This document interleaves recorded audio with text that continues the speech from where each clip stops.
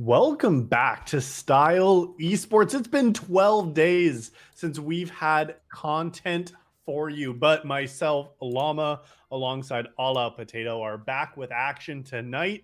It is the Ionia division of the Season 17 playoffs, and this is the knockout stage, meaning one of these two teams, PSE Crimson or Wannabe Flags, will be going home tonight. The winner still alive, moving on to round 14 and trying to reclaim the losers bracket run. It's a best of three this evening, and we are already into pick ban of game number one. Yep, do or die for both teams. You know that these teams are going to be bringing in everything that they have to try and keep their playoff dreams alive. PSE Crimson, we've seen this team around before, putting up a valiant effort. This time, maybe looking to snatch the victory. Wannabe Flags, a new team for us, so excited to see what they're going to be able to bring out.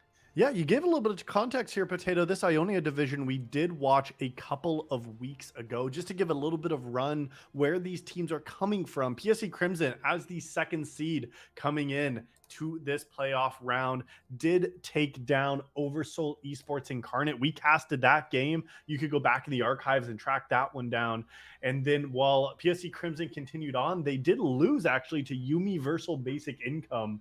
We talked about that team just a little bit there. And now here they are facing Wannabe Flags. Meanwhile, Wannabe Flags came in as the fifth seed in round number 3. They actually lost round number 1 to Mint Gaming, and they're looking to make the run through the knockout stage, took out Mythic Esports, and now they're trying to take out PSE Crimson. Yeah, going for the full gauntlet run here. And as picks start to get locked in, we're seeing a priority, it seems like, in the jungle as far as bans go. Several important junglers taken off right off the bat. And a Janna 1P, this is a champion that's been reworked recently, has become a bit of a lane bully down there in the bot lane. Sometimes even seeing them opt for something like a Hail of Blades build for Yeah. some additional laning pressure. I have seen that actually kind of emerging, and I played a recent solo queue game of Janna myself and actually liked how it felt. I have seen the Comet pick as well. You go W max and try to slow to guarantee a Comet. Some good poke there. And yeah, it is still an interesting champ and actually really rising to relevance, it feels like, here in this season and current patch. Does seem to be doing really strong as an S tier pick on Lowlytics. And I don't know if it's quite be winnable, but as we're kind of seeing the response from Wannabe Flags being just a poke ADC, I think Janna is totally fine going into that. They're going to pick a mobility with the Ezreal to match that here. And even though we saw a lot of pressure toward junglers in the ban phase, it is mid and bot laners getting locked in this first half of picks.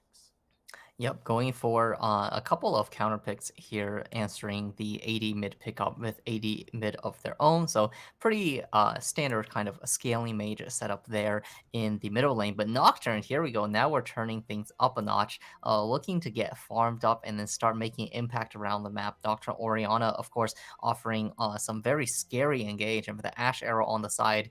PSC, they've got to watch out for picks coming out flying at them from middle of nowhere. Yeah, you got it. Look at this very global pressure range here. Does really well into low mobility. That's really one you want wannabe flags to capture a target, stop them from moving, and take the 100 to 0. Right now, maybe with the exception of that arcane shift on Ezreal, you will be able to do exactly that. We'll see if that is going to come into fruition. I'll be curious, though, to see what that means for our second half of bans. Both these teams very squishy, very damage-oriented, maybe with the exception of the Janna so far. And so where are you going to bring your crowd control from? You got it a little bit with this Ash Arrow. You got a little bit from the Nocturne Fear here. And are you going to go kind of glass cannon? Who's going to be the tank? Who's going to be really holding that front line here in this game?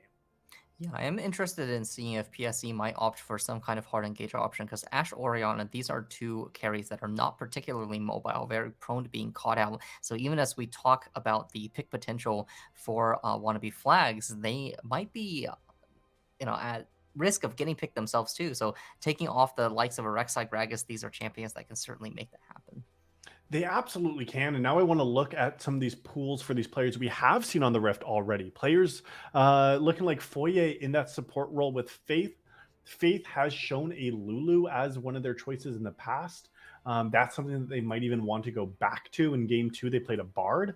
This time, gonna opt with a similar style of champion, playing some Enchanter in the backline, matching Enchanter for Enchanter. This is something we've kind of seen recently here, Potato. Yeah, definitely. And I like the Milio pickup here. I was looking and I was thinking Syndra as a champion might provide actually a lot of zoning threat into the team of Wannabe Flags. But if you have Milio Cleanse as an option, it can make those catches a lot less scary. And even if you do get caught out, the simple amount of survivability that this champion adds to the team certainly is not to be underestimated. You really cannot underestimate that damage, and it does provide the range, especially here.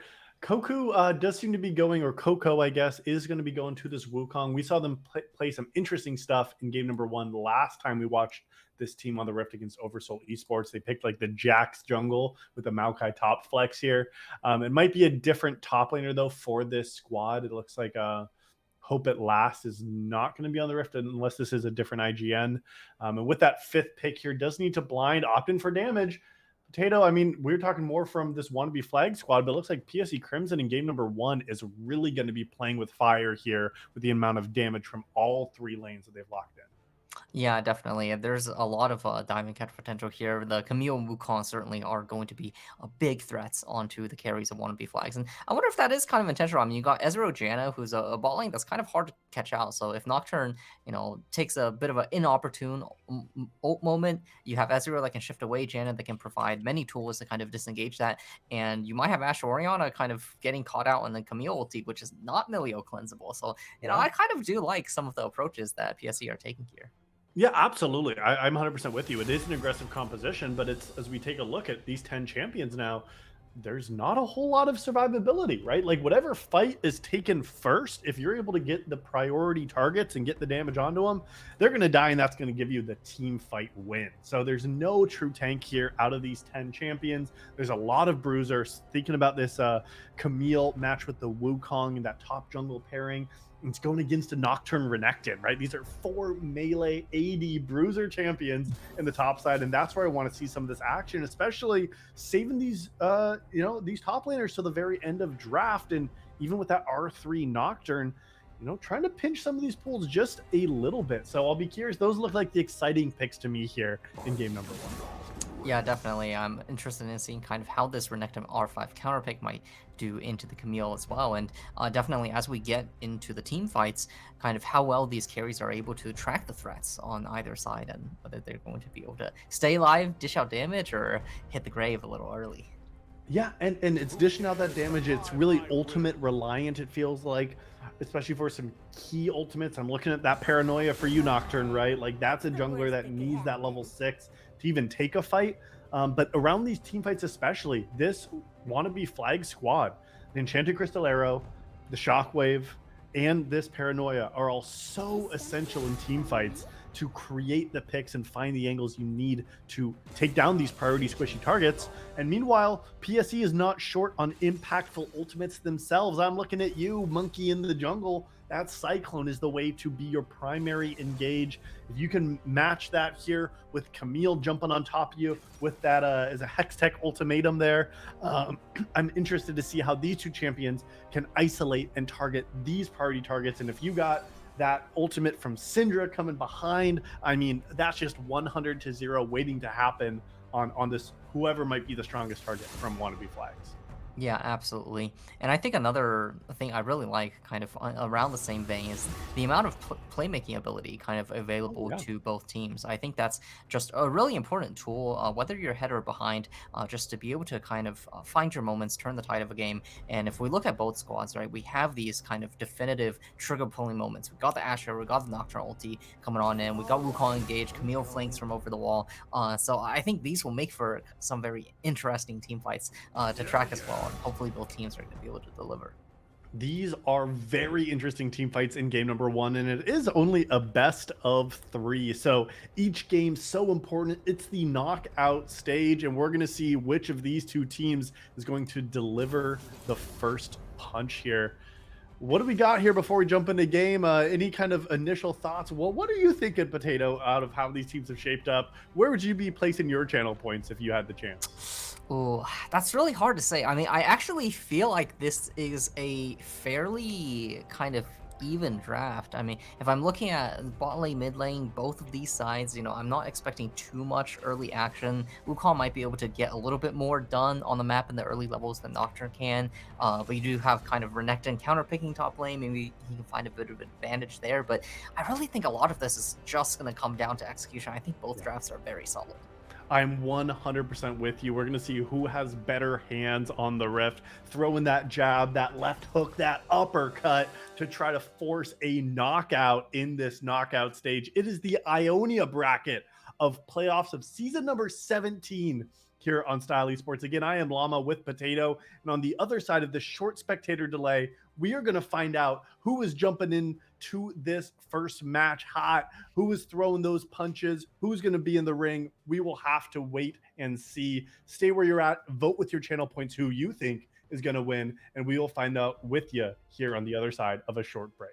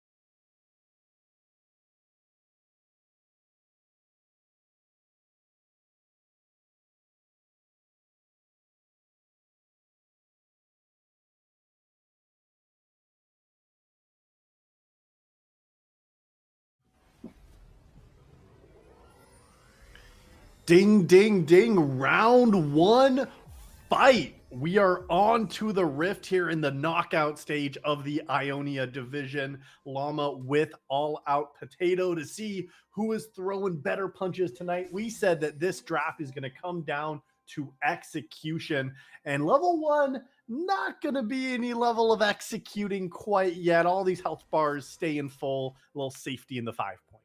Yeah, definitely staying very safe there, but Nocturne actually taking a very interesting padding down and leaving a ward there in these kind of double range matchups in the bot lane. Lane priority usually can be very important, and we've seen in pro play how much these bot lane bush wards can be contested.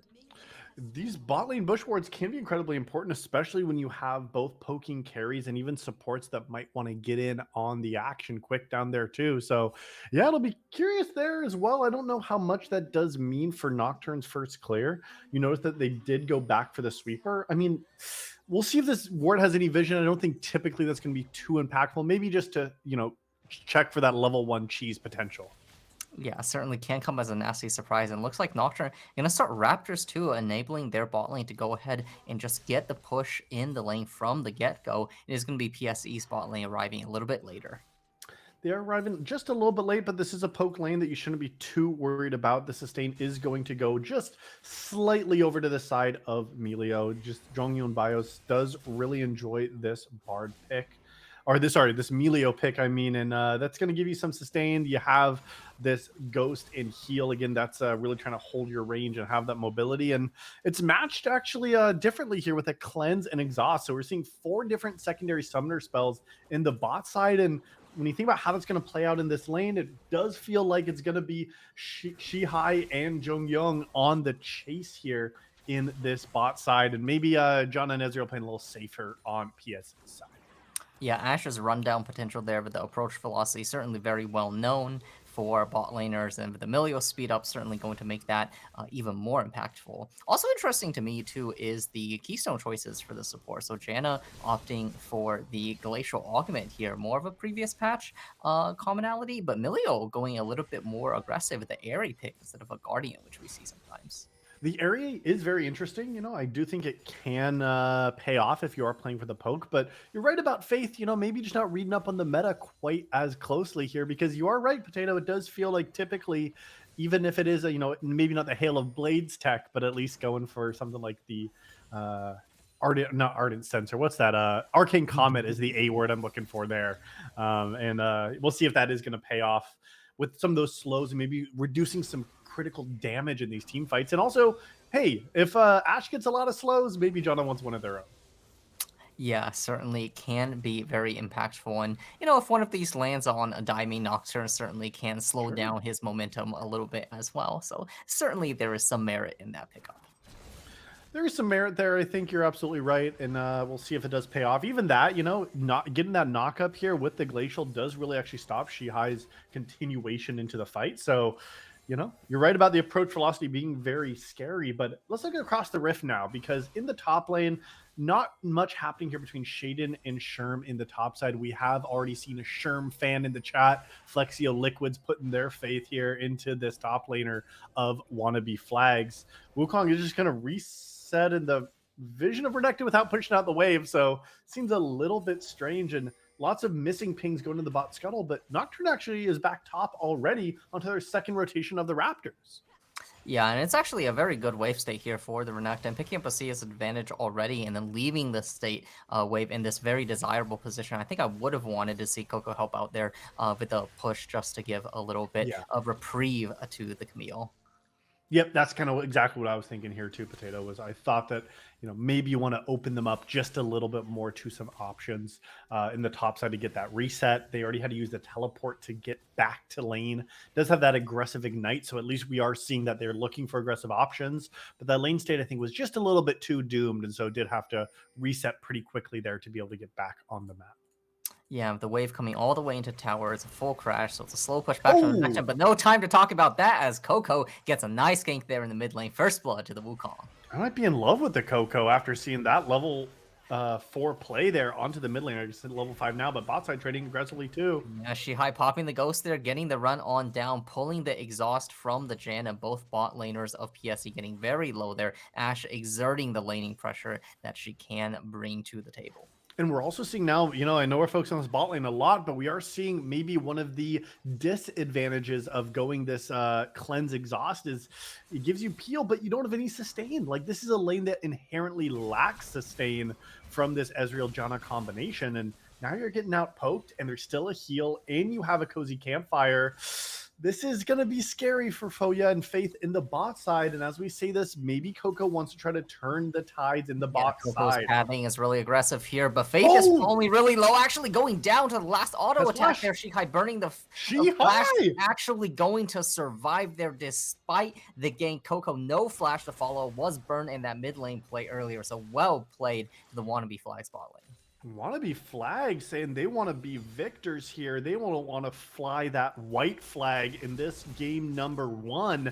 We're going to have to see what that early lead now in the bot side does mean here.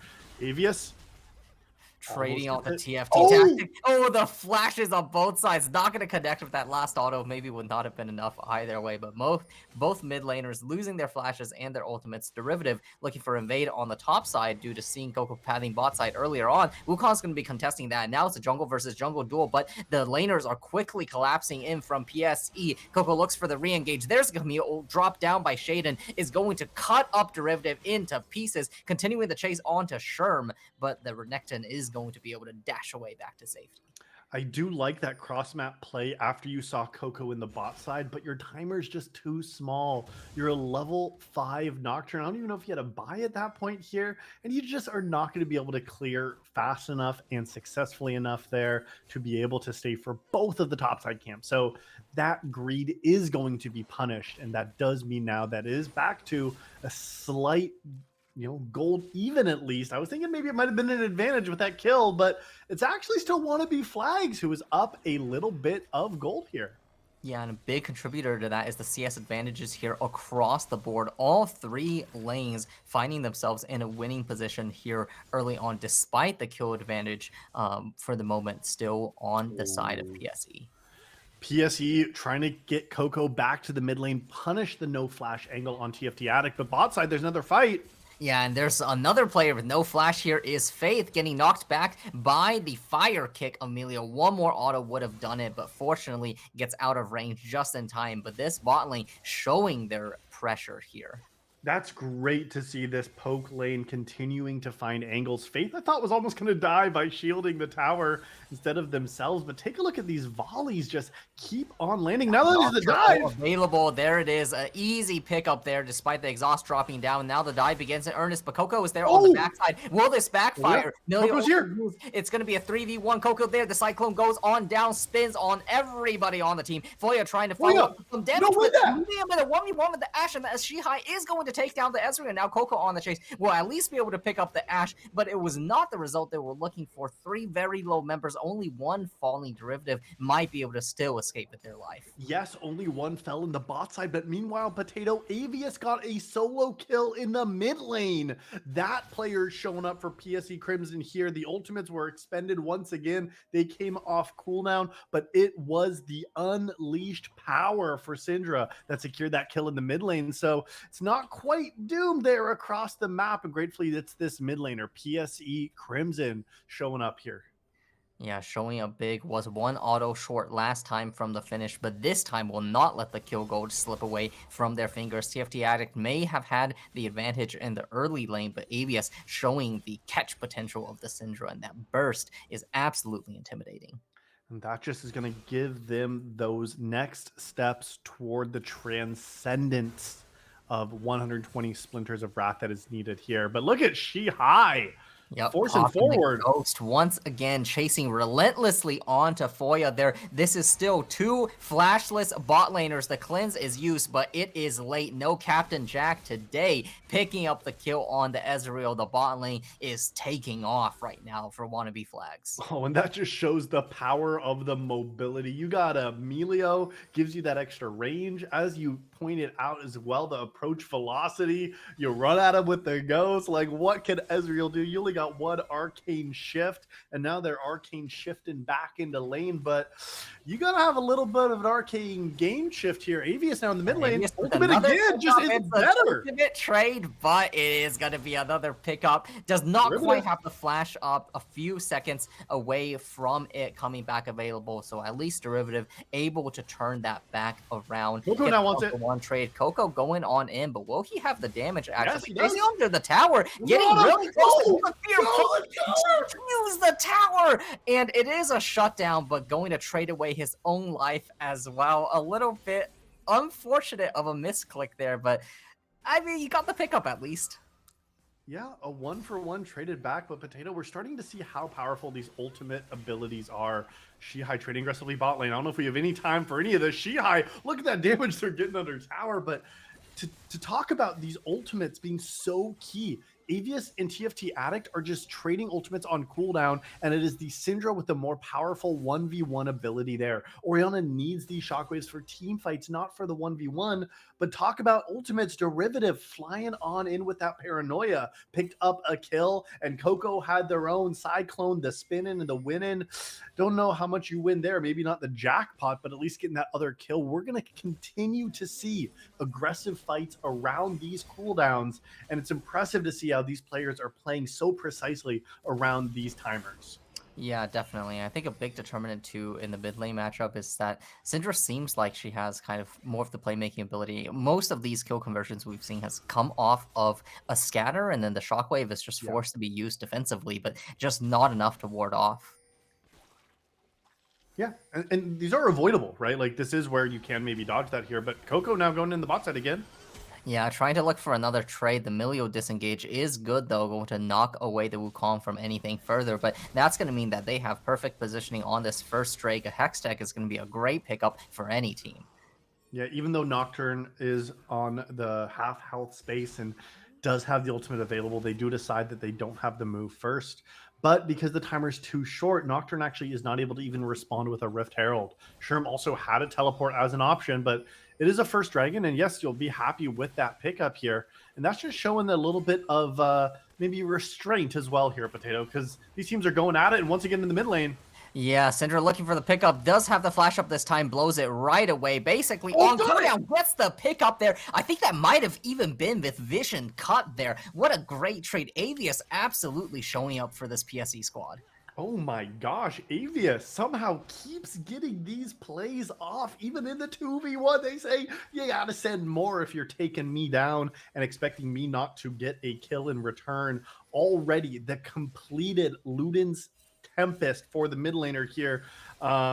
And now you gotta say, okay, that's a pretty big power spike. Tier 2 boots also completed. This Syndra's off to the races for this squad, but they're still at a gold deficit. Take a look at these other lanes on the map. Geez, Potato, this is not looking so good if we're looking at this bot side squad. No, but what is looking good is this movement from Shaden to cover the Rift Herald. Now we got both top and jungle coming in for this play. Will they choose to contest? Looks like the answer is no, actually. I think it might have been possible, especially with TFT Addict arriving a little bit earlier, but gonna concede the Herald here, going to be traded for bot plates at least, and this first tower might be going down bot. That is absolutely the strong side of the map you want to be playing for. With just seconds until plates fall up, this next wave should secure the tower. So it'll also be the first one of the game here. Avius not afraid to trade with the damage advantage. Now we're seeing in the bot side, it is going to be just Foya and Faith trying to hold themselves here for another wave, in fact. But we'll see if that means anything. Now Syndra, the Seer Strong member, moving up to the top side. Yeah, it's a three-man collapse here onto Sherm. The Hextech ultimatum going to be dropped, going to be issued. Coco coming on in, flash for flash, gets that pickup. Syndra's help not required there, and going to be aggressing fast on this top tower. Rift Herald going to be dropped. It's going to be a race, top versus bot. Nocturne ulti available for that bot lane as well. Will they use it for the dive on in? Looks like the tower is going to fall low enough for the Herald. TFT Addict taking a lot of pressure mid as well. Ultimately does get that first Herald pickup. The Herald pickup does take the tower, so great job from Faith and Foya in the bot side to survive one more lane, but now they got to decide that this is going to be it for the tower. So it is traded back on the bot side. The only disadvantage, the thing to fault here is going to be that they didn't get the tower plates that the Rift Herald was used after tower was taken. But if we take a look at when Herald was even taken, I think it was pretty dang close to that timer.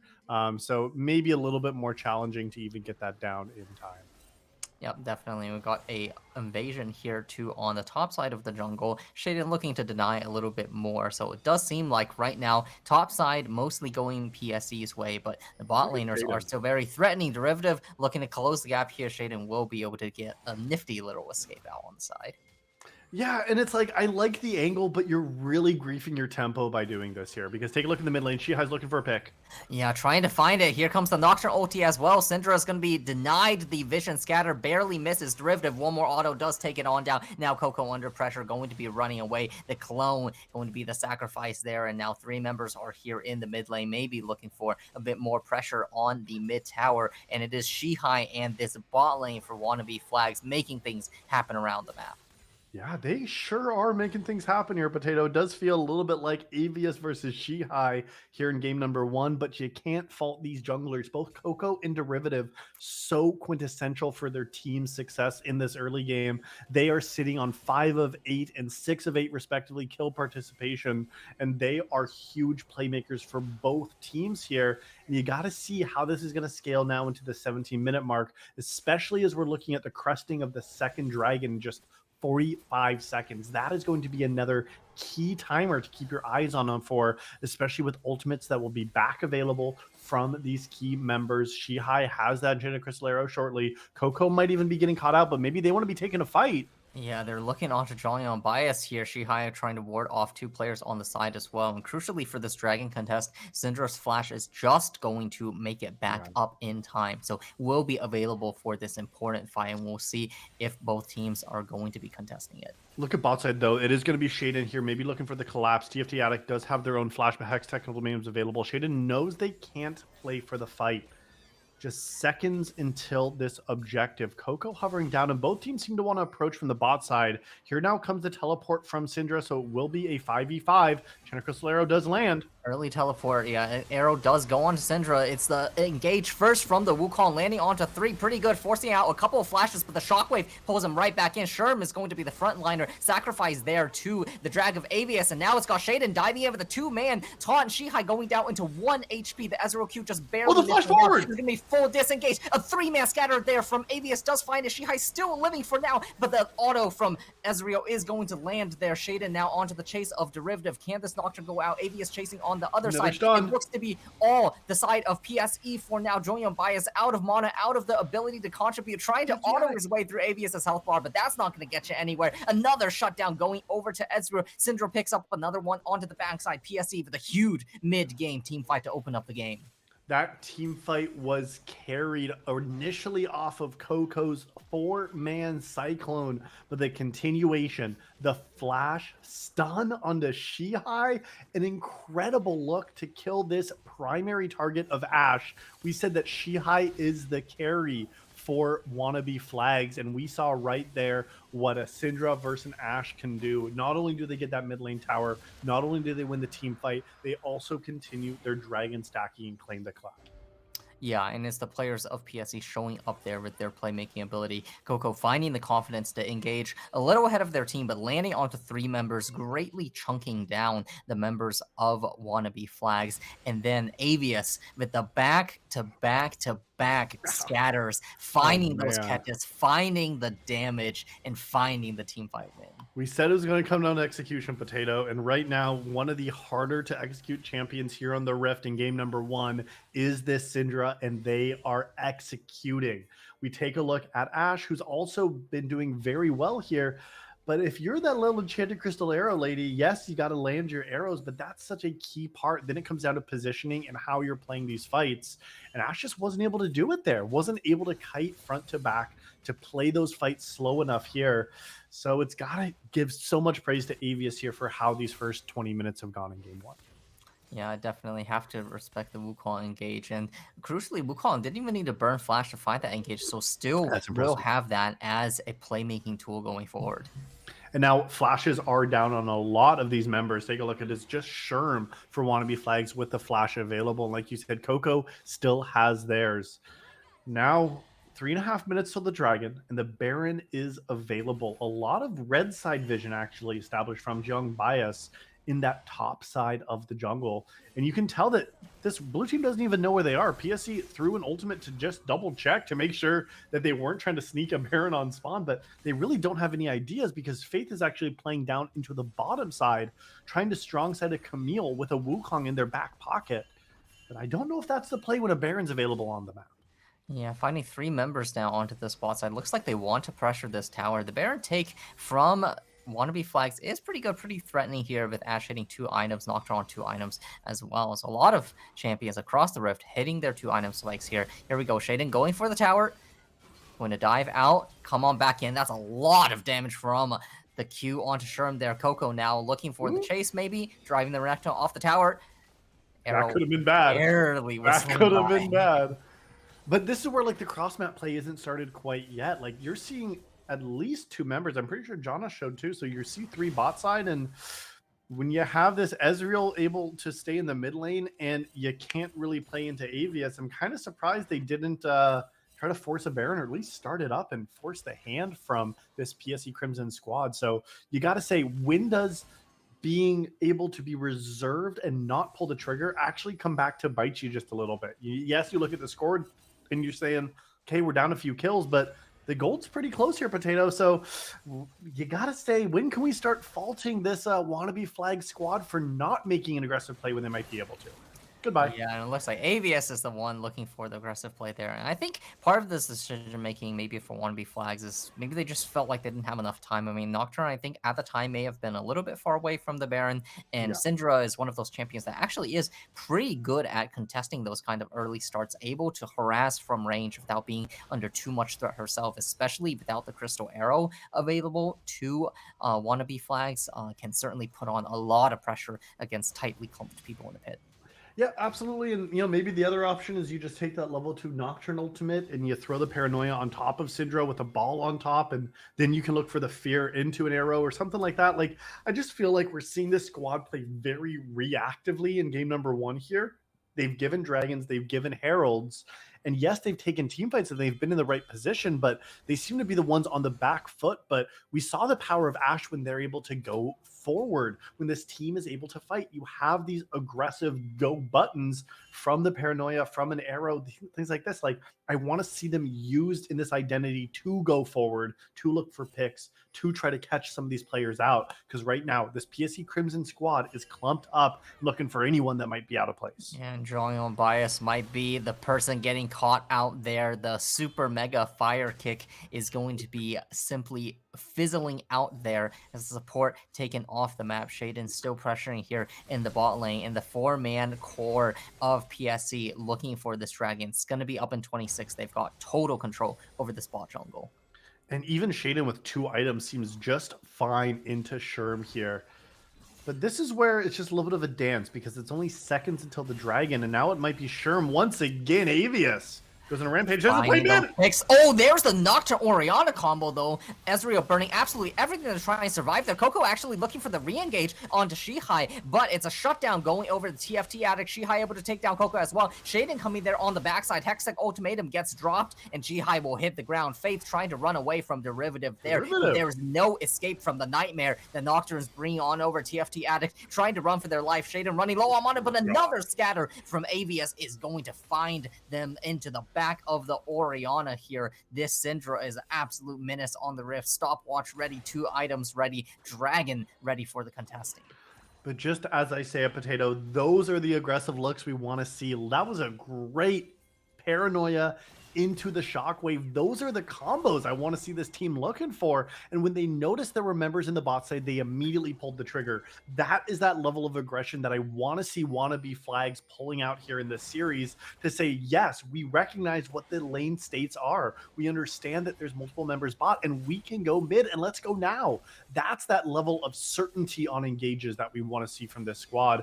And unfortunately, I think Derivative maybe picked some unideal targets at the end of that fight, but ultimately it's keeping them alive in this game. And now the dragon is up, both teams jockeying for position around this objective, and this could be a massive turning point in this game.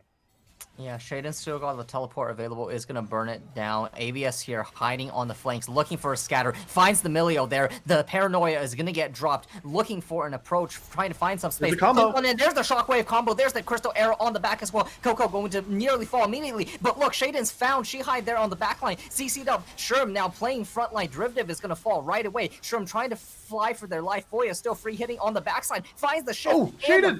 Shaden with the re-engage again from out of vision. Still alive. That pocket has been so crucial for them, trying to take the 1v2, but TFT Addict going to turn it back around. Dragging Insecure, Coco going over from trying to find the vision play, flashes forward, finds it onto TFT Addict. Jonghyun Bias going to run away from their life, but again, a close team fight, ultimately going over to PSE. It was 4 for 2 in favor of PSE. Only Jonghyun Bias able to escape with a sliver of health, but they were down to that amount of health at the very beginning of the fight. How to use the breath of life just to stay alive. And that meant that you don't have these same peel tools. You can't play quite as aggressively. You can't get the disengages you wanted.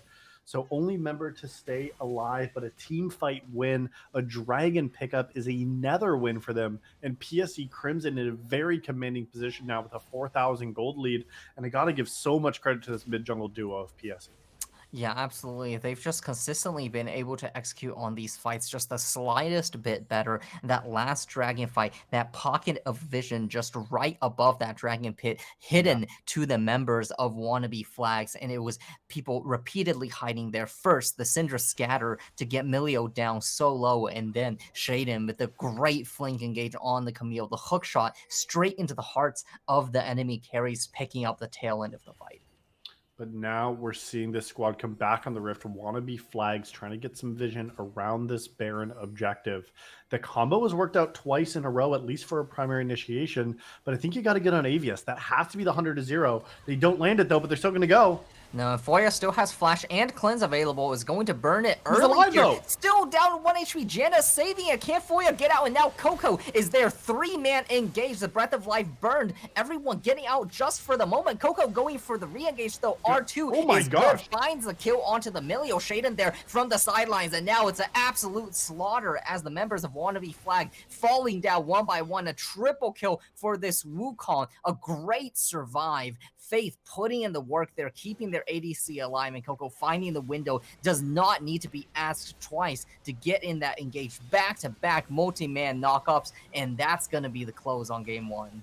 Just still 20 seconds of the death timer. They're just going to dive. Sherm, last member standing. It's an ace. PSE Crimson in dominant fashion in that mid game off the back of this mid jungle duo had an incredible performance to now push them into this match point. What a great performance from PSE Crimson. Yeah, definitely an impressive game one. They fell behind early in the lanes, all 3 lanes actually, of Wannabe Flags, finding advantages earlier on. The bot lane, Shihai and Jonghyun Bias able to find play after play against Foya and Faith, but in the mid game, when it came to the team fights, when it came to the cohesive execution, it was Coco, AVS, Shaden finding those plays, Foya staying safe, able to dish out the damage afterwards, and then off the back of win after win, getting that game one closure. And that's got to feel good. You know, there is some closure there too, Potato, when you see PSE Crimson come in hot and then be able to execute in a very high mechanical game. You had some ability there. I mean, and some of these unsung heroes in the bot side, Foya and Faith, their early game was a little bit rocky there. But even at the end, Faith with a pretty clutch save from that Janna onto this Ezreal after everything was blown. I thought Ezreal was going down for sure, but did stay alive. The continued fight was wonderful and really was able to help their team secure that victory here in that first game. Yeah, absolutely. You're not out of the fight until your HP hits Yes. 0.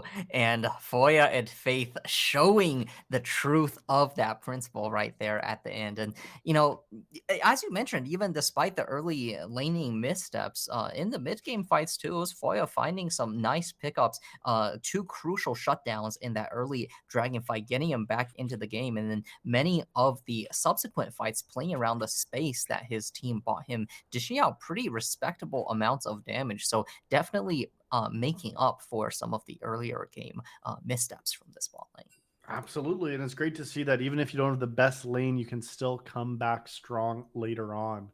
So this is now going to be up to Wannabe Flags. It is their tournament life. It is the playoffs of the Ionia division that they are still fighting to stay alive in.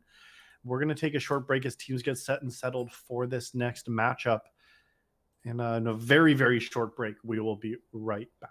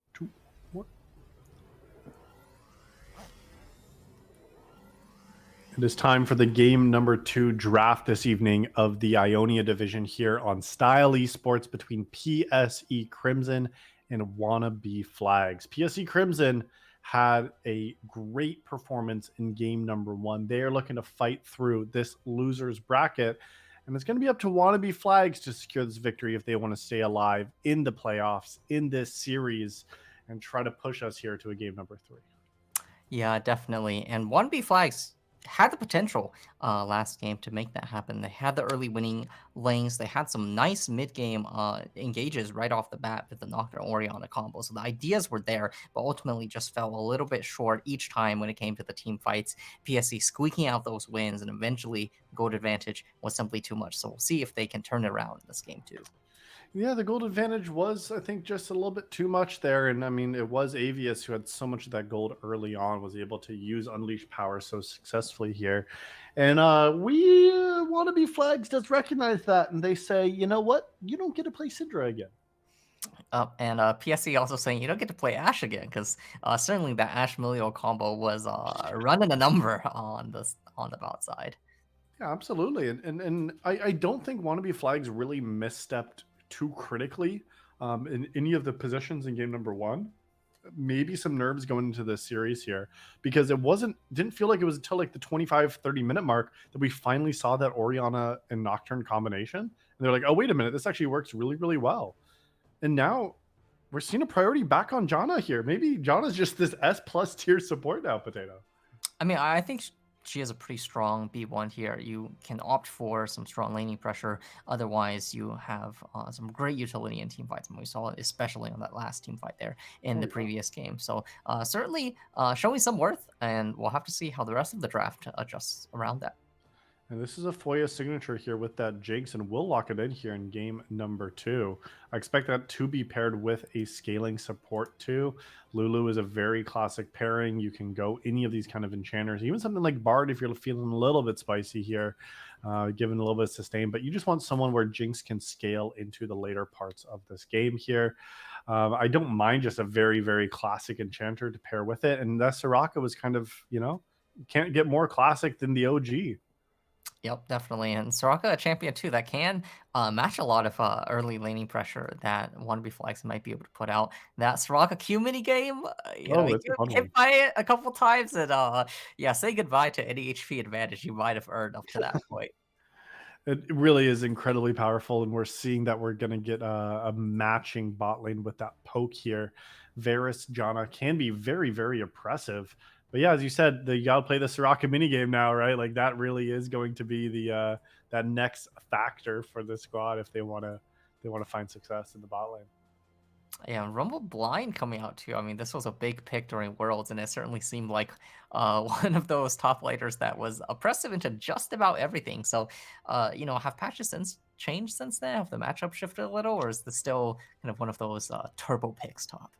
I feel that it is still very strong. And thinking about the matchup here as well, Sherm did get that counter pick on R5 last game.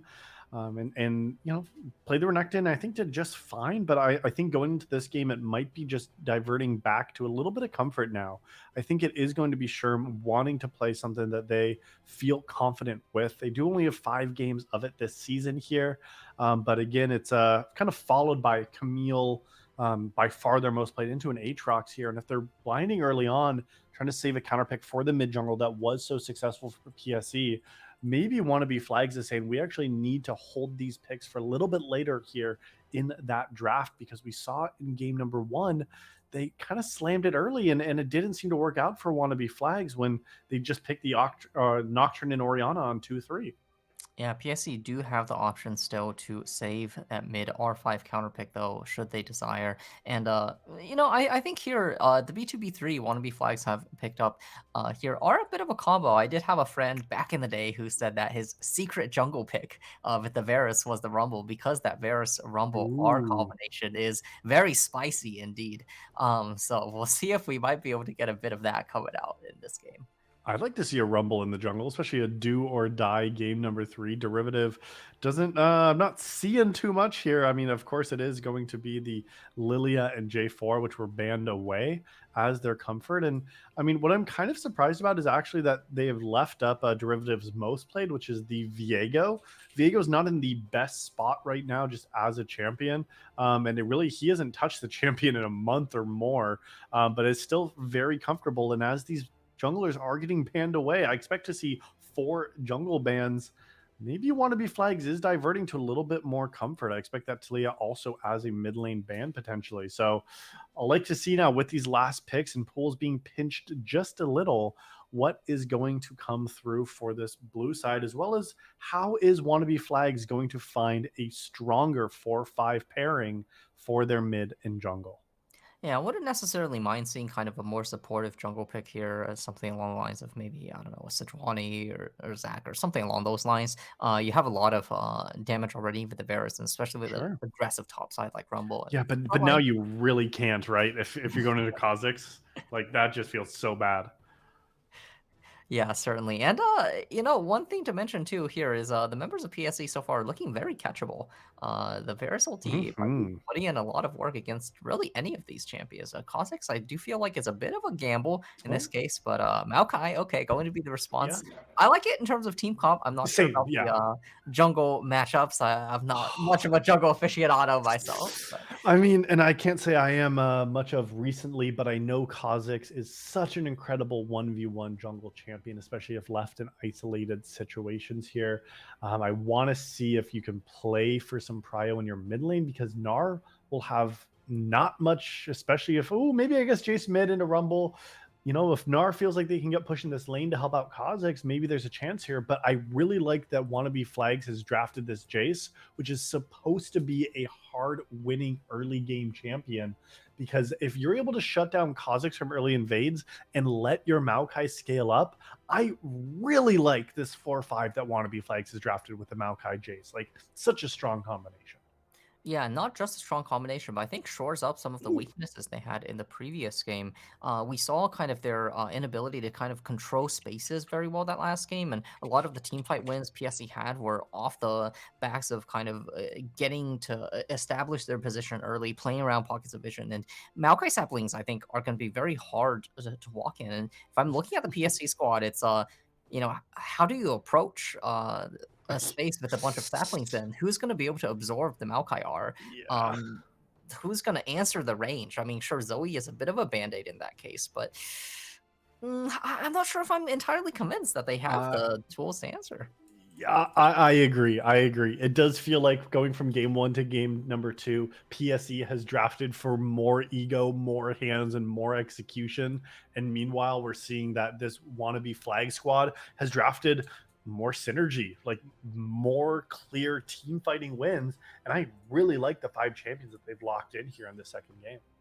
Yeah, I think the win cons are just so strong here. I mean, you're playing around, very aggressive poke, and then off the back of any one of these 3 champions finally engage the Rumble ulti, the Maokai ulti, or the Varus ulti, the other 2 can just pile on in, and I don't think any of the champions of PSE really are able to kind of absorb that burst. So I feel like it's very easy for you to kind of find a pick kind of off the back of a team fight, or even just chunk people to very low Oh, amounts of yeah. HP off the back of Maokai Jace before they can even start approaching. So I think it's going to have to come off the back of maybe Zoe Bubbles, maybe a great Mega Gnar flank or something like that. Otherwise, it might be a little dicey for PSE. I agree. Unless you just get a 10-minute victory, well, and you can feel like you just solo carry through the lane here. You're right. And yes, there's a little bit of late game insurance with a Jinx here.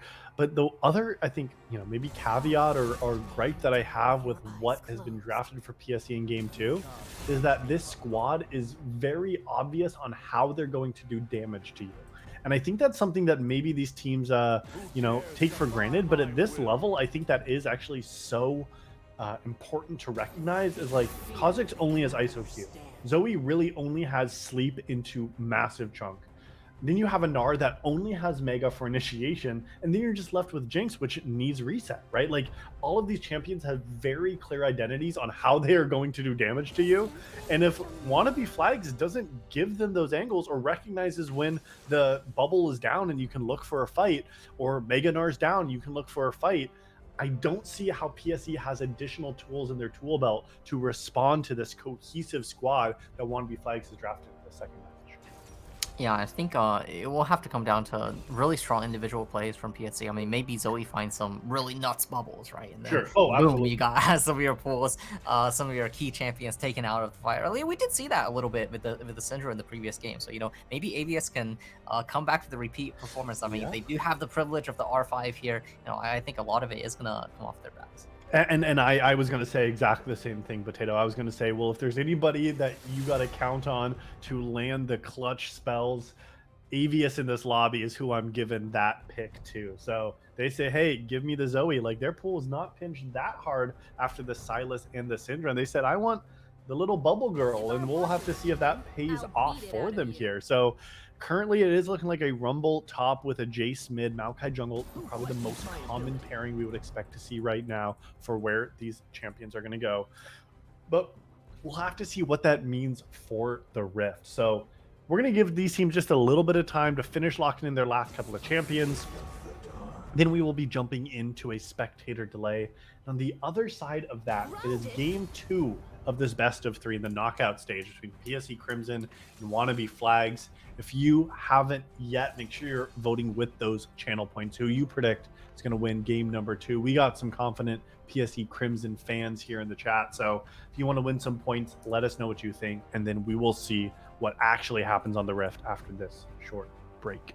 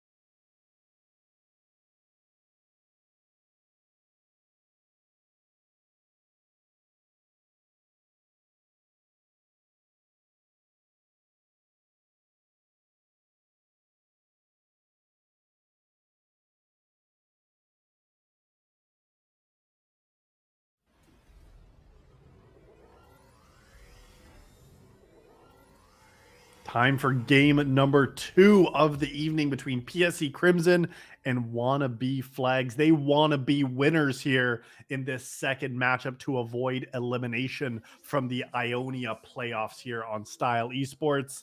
I am Potato, alongside me, BBB Llama. We're bringing you the action, and Potato, we've just completely switched personas. Yeah, honestly, I'm down to swap identities. If I get to be Llama for a day, man, that's pretty sick. But yeah, definitely PSE swinging in first. It is going to be Wannabe Flags looking to even up the score.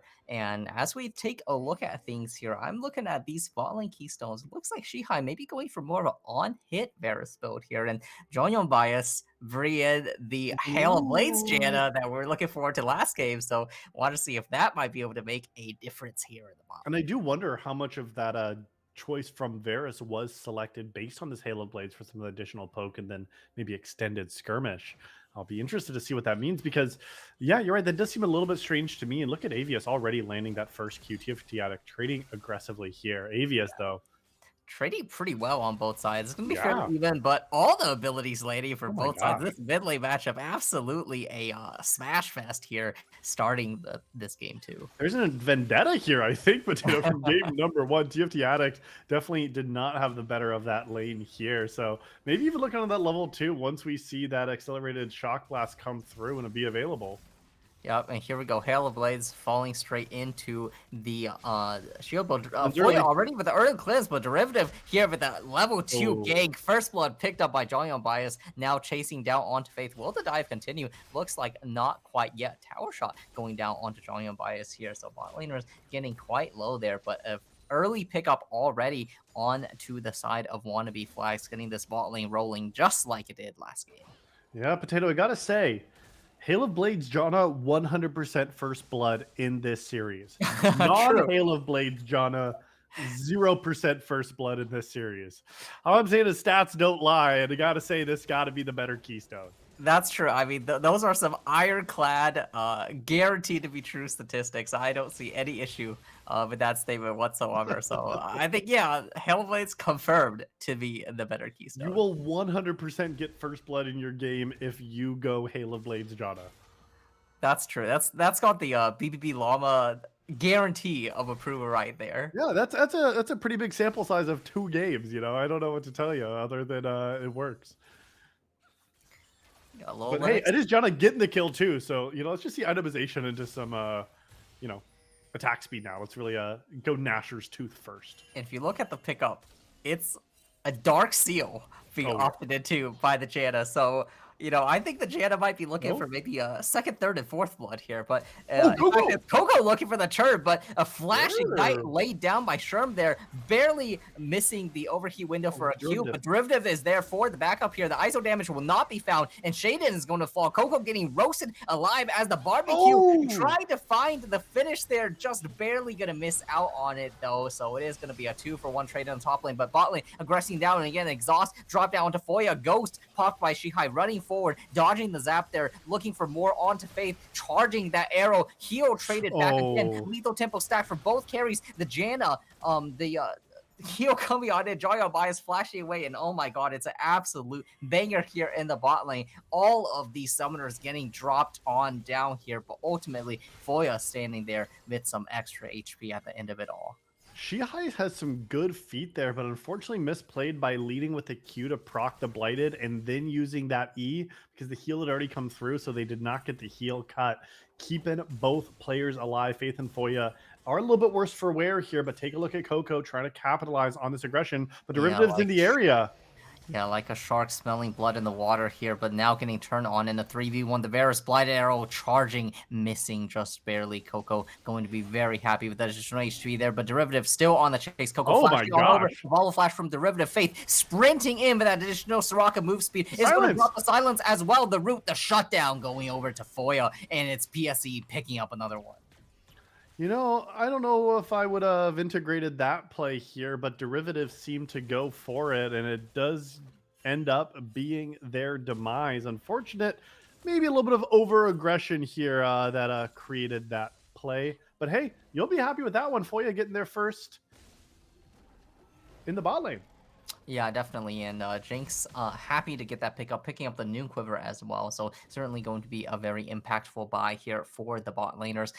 Derivative there, getting a little overeager, seeing how low Coco Yeah. got there at the end of that engage. Well, unfortunately, when you're out of spells on Maokai, you are also out of damage. And Faith coming in with the Banambulance there, the saving grace of that Kha'Zix jungle as TFT Addict gonna eat a bit of a bubble there in the mid lane, but gonna be feeling all right after that one. But Ooh, gratefully, a nice ooh, interruption nice from Faith interrupt. there. Yeah.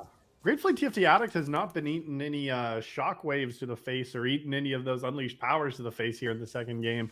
Avius yet to find a kill there in the mid lane. So doing better than last time, but that is to be expected when you are playing this matchup that does have more of this range advantage that you see from Jace. But we'll see how that translates in the mid game because TFT Addict had a solid mid game. We'll see if they can do the same here on this Jace. Yeah, definitely. And I'm especially wanting to see how this team comp comes together when all the pieces get assembled. I think this time in game 2, I really want to see them making it to the objectives early, getting the setup, because I think that's where their team is going to shine the most. This is where this squad can absolutely shine, but Shaden in the top side trying to shine himself.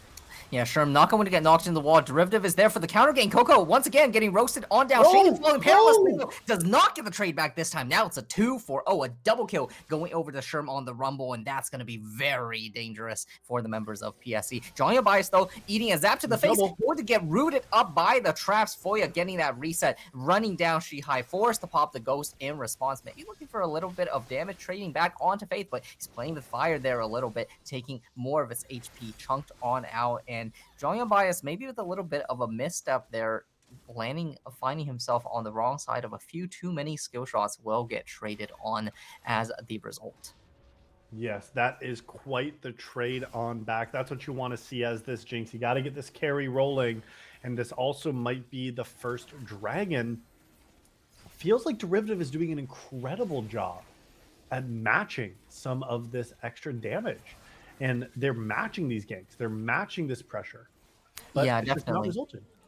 Yeah, with the exception of that small misstep there with the follow flash. I mean, every time we've seen Coco on the screen, when we think it's a great opportunity for this Kha'Zix to find a conversion, it has been Maokai there, the hero of this Wannabe Flags squad, able to match, able to turn things around. We saw it in that bot lane play. We saw it earlier there in the top lane, helping with the 2-4-0 response twice, actually, in the top lane. Was Derivative there, arriving for the play. Ooh, Super Mega Death Rocket barely whistling by. TFT Addict with the feet to dodge both of those spells, keeping himself alive and healthy here in the mid lane.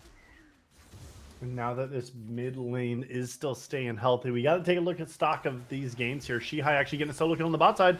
Yep, a brief silence, but the summoner spells coming through for Faith, able to keep themselves alive there. The Rock of Silence putting in a lot of work, delaying that Varus Q until he can find himself on the way out. But Maokai there looking on the side, does have the ultimate available. Does seem like the bot laners are going to keep themselves safe for now, though. And a bit of a flip for the narrative in this bot lane. It is this time the members of PSE finding the advantage down here. 2-1 now on the Jinx. Got themselves a nice and hefty gold advantage. The nice hefty gold advantage is very nice, and I do have to give credit once again to Faith. This Enchanter player is showing up here in this series. There were multiple times I thought this player was just going to be absolutely dead, but has found it. Speaking about being dead. Yeah, Avius looking for the flash. The bubble is going to be flashed away from some nice plays here from TFT Addict, picking up 398 gold from that kill. Very specific number, but finding the pickup nonetheless. Shaded, though, maybe looking for a bit of an aggression. The Gnar available there, and Coco here this time, for once, not having the matchup from Derivative, who did invest the time there on the mid lane. The Rumble Ultimate Equalizer ready to be used there. Does do it on the wave. Looks like Sherm is aware. Going to find the pickup on to the Rumble, and it's a 2-for-1. What a play from this top laner. Once again, finding the play, Potato. But Jonyon Bias once again rooted up, caught by the skill combinations of this bot lane. So it is going to be a turnaround. Shihai here and Jongyong Bias, the losing side of this game 2 matchup, 3-1 now for Foya, who continues to extend their advantage. So despite the great plays there on the top side, it's not a mid V bot matchup, it's a top V Oh, bot, and oh, just barely missing out there. You've got to feel for Shihai trying to still find hits the one chase though. down to the face. Pops the ghost, does get it, but ABS there ready to take revenge, trying to find the skill shots, does miss the first one, hits the second one that will electrocute. The damage is good. Jongyong Bias just going to try and run for their life. Bias is going to run away here, and unfortunate after that early pickup and aggression. Maybe a little bit too aggressive here, trading into Foya. Now 3-1 on Jinx. That completed Kraken Slayer does give a big advantage here, but it's really the Sherm show in game number 2 showing up for sure in the top lane here. Does have an objective bounty over their head, the completed Night Harvester as well. This Rumble has been turning all of these ganks into successful plays for themselves. That he has, and now we see the Herald in the eyes of PSE. They do have 4 members here ready to pick up the objective, does do so despite the topside advantage. So actually very impressive that they were able to find that. A great rotation, picking up their strong bot lane, moving it mid to guarantee the objective, keeping ABS there on the bot side as the stabilizer there, burning the picked up flash, trying to find a little bit of something on the Shihai, not able to do so.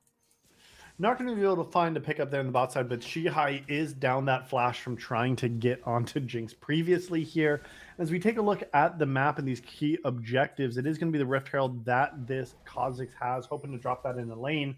It's just 40 seconds until it could be PSE's second dragon. So we're going to have to see what that means for this next map rotation, as we see no towers falling quite yet. Not even a lot of plates being claimed across the Red Potato. Yeah, TFT Addict actually getting caught by that trouble bubble. Will he get whacked by the follow-up?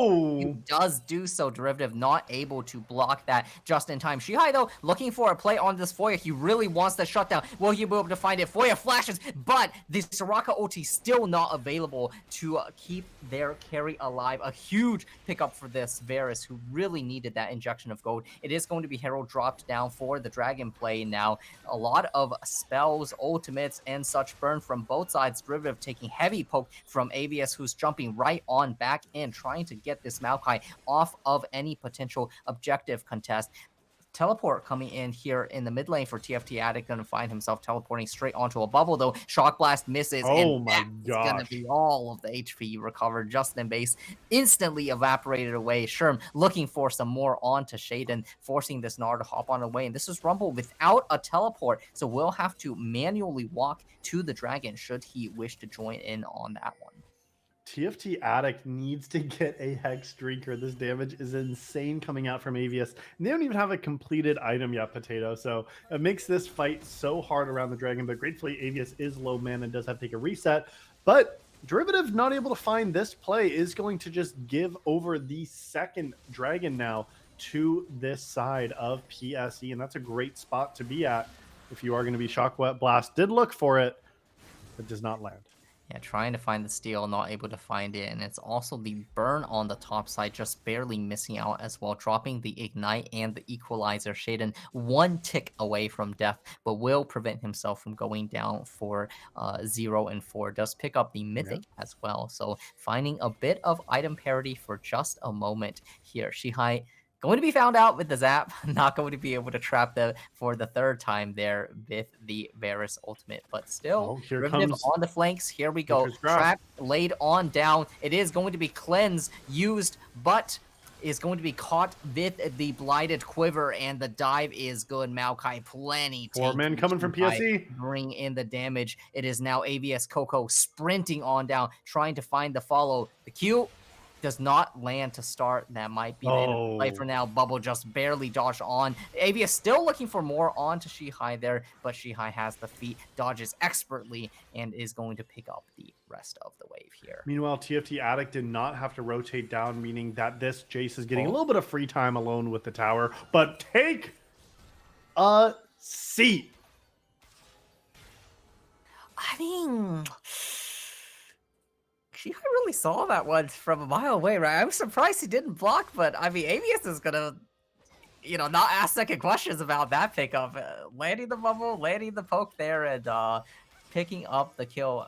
Plenty happy with the free gold injection. Now dropping the Shrelius, trying to find something, but Faith is Oh, actually going to be Faith! in trouble. It's Shihai with the super play, and now can they find the follow-up there? Flashes away. Flashing away, but I'm not going to get behind the minion line. A big shutdown going over to AVS. Shihai, he saw it in his eyes, but just not quite able to find the tail end of the execution there.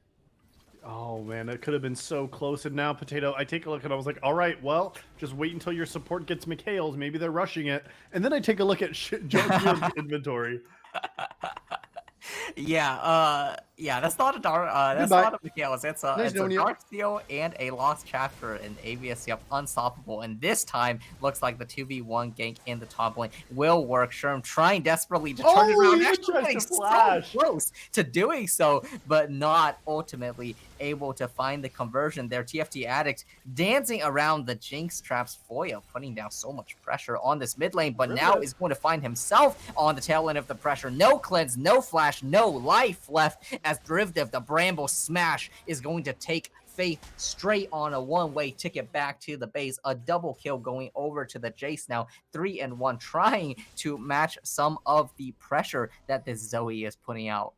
I mean, it's just mid laners farming the enemy bot lane is what it looks like here. Junghyun might be reported. Almost getting farmed again there. I don't really get so. that one, but okay, hey, to each their own, I guess. But yeah, like maybe crazy. Everfrost coming out, is that? That's what I'm thinking. I'm thinking it is, but you're gonna die by the time you get to push that button if someone jumps on you like this Kha'Zix.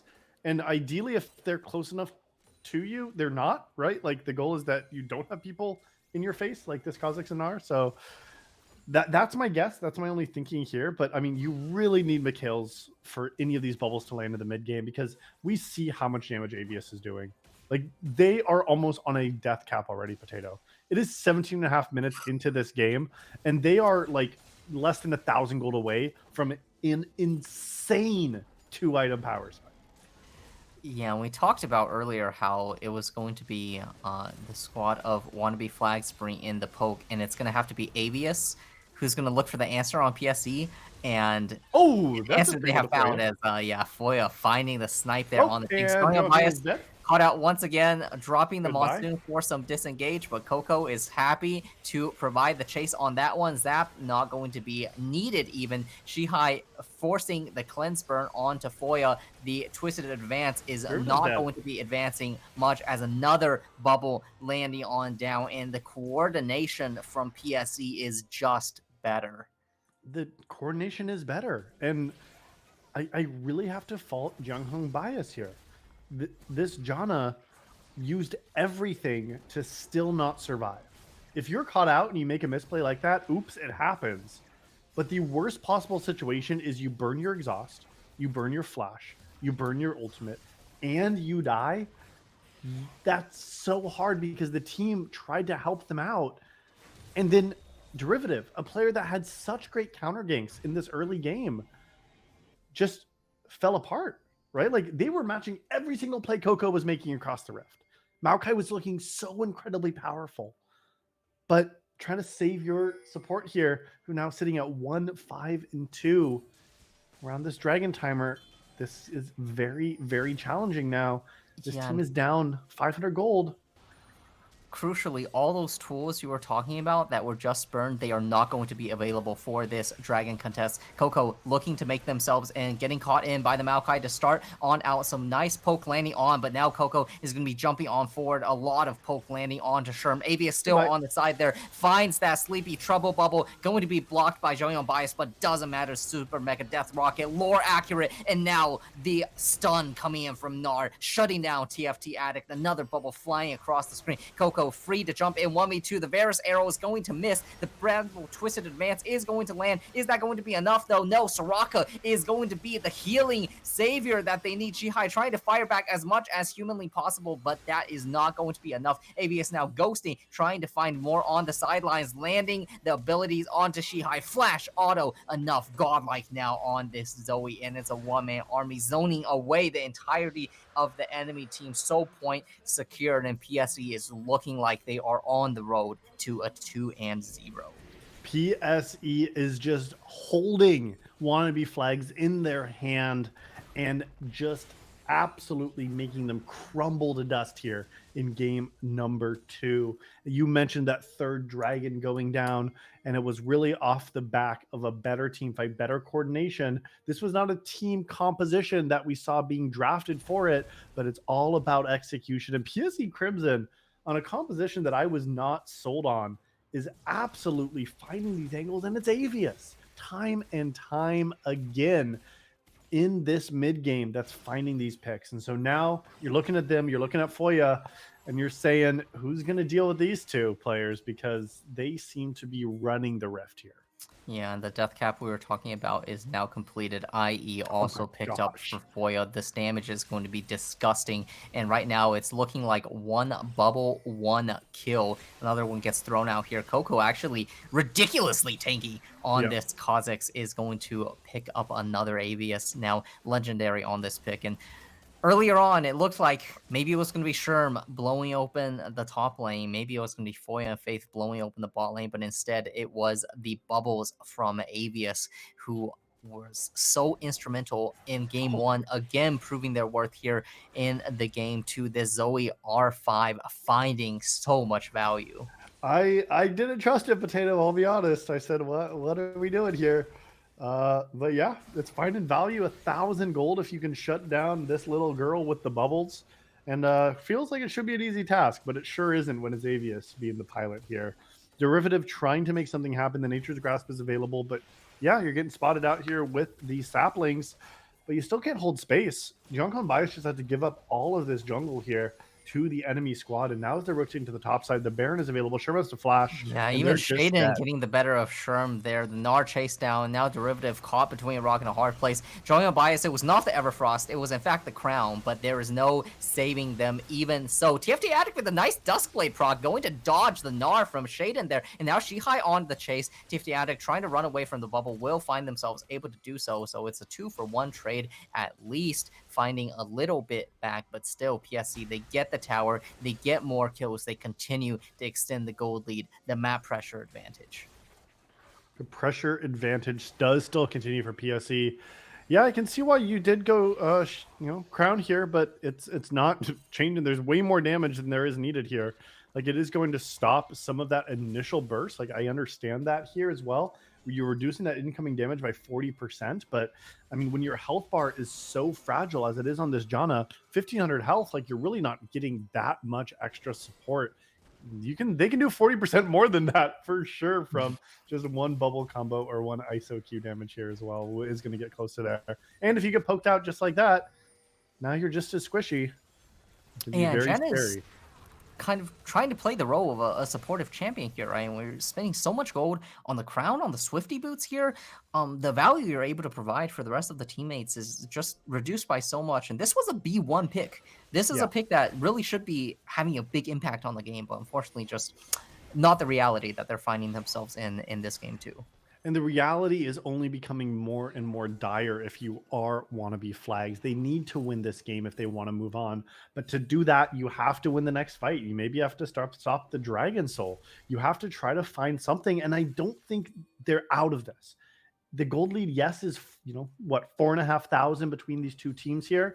But we saw even in those extended fights that there were angles. We saw that Jace was able to get some poke. You have Rumble. There's 2 items completed on all 4 of these top side members with the exception of the Janna. So they're coming through with these items and they're going to do damage, right? So I can't think we can count out this squad, but we got to say, how does it happen?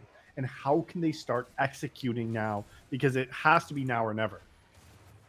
Yeah, and we've been talking a lot about AVS and the impact that they've had on this game, and certainly they have had a lot. They are very rich. But actually, if we take a look across, TFT Addict Only 500 gold behind the Zoe. This Jace is quietly scaling up to be a menace, and I still think if they are able to execute correctly on the conditions of their comp, taking the space, poking out the enemy before they are able to approach, they can find a lot of success. But unfortunately, Oh, the opposite has been true so far. It's been Avius and Coco who's been doing all the zoning. Looks like the call is to just start up Baron. They do have the vision control. Seems like right now they're trying to trade Baron for there's a Dragon question in the mark. opposite way with how these contests usually go. So might just give up Soul here. He might. Oh, they It is spotted PSE now. going on. Yep, now they will know it is Super Mega teleport Death Rocket. Take a look. Jinx, will they find it? No, they will not. Objective bounty claim. TFT Addict barely staying alive there. It is the Dragon Soul secure though, and I have to see them do some kind of playmaking with this Baron. Zonia's gonna keep Sherm alive for just a moment. Coco flying in from the flanks, though. The second Q will land true. Staying legendary is this Zoe, and with the top laner gone, that's gonna be a lot of Baron pressure loss, unfortunately.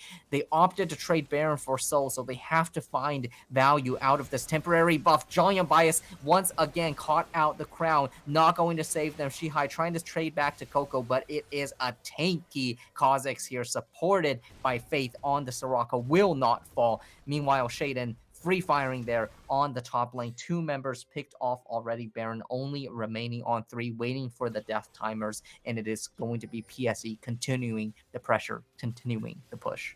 I gotta give credit for that Baron call, though. That was very smart and well executed. Knowing that this Soul Timer was there, knowing that PSE Crimson was going to try to secure it, that was the right timer, and it paid off for him. So yes, they got the Baron, but then again, a couple of oversteps here. You got to be aware of it, and now another Drowsy. Yep, another bubble, another chunk derivative, falling so low there. The rocket just shy of what they needed to find the finish there. So Maokai gonna stay alive another day, but it's gonna be the inhibitor towers under fire. Baron buff not needed, as it seems. The sieging power threat of the Zoe going to be enough to push them off for just a moment. They are going to be pushed off here, as you're saying. That siege is harder when there is at least some Baron minions to at least hold that off. And this isn't a squad that's really known for their wave clear here. Yes, you got Jinx, but take a look at that health bar, or the mana bar from Jinx, excuse me, has shaved so much mana just by trying to queue these waves and hold the minions against him here. So it's a little bit challenging for this squad to be able to siege into the Baron. So maybe they've bought a little bit of time, but how much time do you need if you are Wannabe flag to try to get this victory? Yeah, and they are running a little short on time as we look at the items. 3 items now on the ADC mid jungle for PSE. Shaden looking on the side, maybe looking for a catch on TFT Addict. Ooh, fails to jump over the wall. So Jace not going to be a falling victim just now. But 3 minutes left on a bunch of objectives. Looks like blue buff is going to be the contest. Zap barely misses, but the bubble does not. Coco ready to jump on in, falls trapped. There is a derivative Foya now on a rampage. Rest of PSE continuing to push forward, taking space, taking control of the jungle, finding these crucial picks. And it's the back of these CC chains that Wannabe flags continuously fall victim to. They are falling victim to it. They said they have a team fight composition, but I don't think I've seen all 5 members take a 5v5 fight with their ultimates available all at the same time. Maybe the closest we got was that dragon, but that was not even there. Shia trying to take the 1v1. Does get it. Barely finds the pick off before the Mega Gnar procs there. So that is an important pick. Top laner going to be down. Taking a bit of a reprieve from some of the tower pressure here. Shihai with a really nice find on the Varus. Yeah, that was a great find. Absolutely there, Potato. That was the find you wanted to see if you are Shihai. And like, yeah, you called out these item spikes. Like, we're sitting 3 items even on TFT Addict and Shihai, right? Like, these players also have 3 items, and we're seeing what it does, right? Like, honestly, Shihai with more gold spend and more gold, about 1,700 more gold than this Gnar.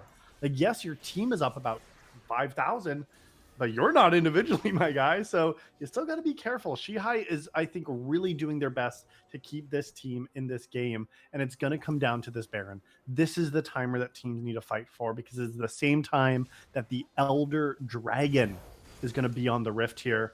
And it does feel like you kind of got a 50-50 this. Look for something if you are going to be this Wannabe flag squad. Otherwise, the flag you're flying is going to be a white one. Yep. They do have some vision control on this bot side, at least, trying to set up a little bit with the saplings. And you're right, these dual objectives coming up, the Baron, the Elder, they are certainly going to be the game deciders. So both teams resetting, trying as well as they can to hit those last few item breakpoints, get as much gold in the coffers as they can, because it's going to come down to one more team fight for this big objective. And I think whoever takes this one likely will take the game. They're going to try to get a pick and hold this pressure, but you got to be careful because the team is not here. Avius, one of your strongest members, not in the area. Gnar, topside with the teleport, but no Mega. TFT Addict might be in trouble once the 1v1. Shaden forced to jump away, but now less than a minute, just a matter of seconds until this Baron spawns, until this Elder spawns. TFT Addict doing a great job getting some poke here in that top side here. But again, this game's going to be decided in just a matter of moments. Yeah, and PSE doing such a great job of controlling space as well. I mean, we saw first it was the members of Wannabe Flags pushing Vision forward, but just gradually the members of PSE walking. Oh my god, that's disgusting damage.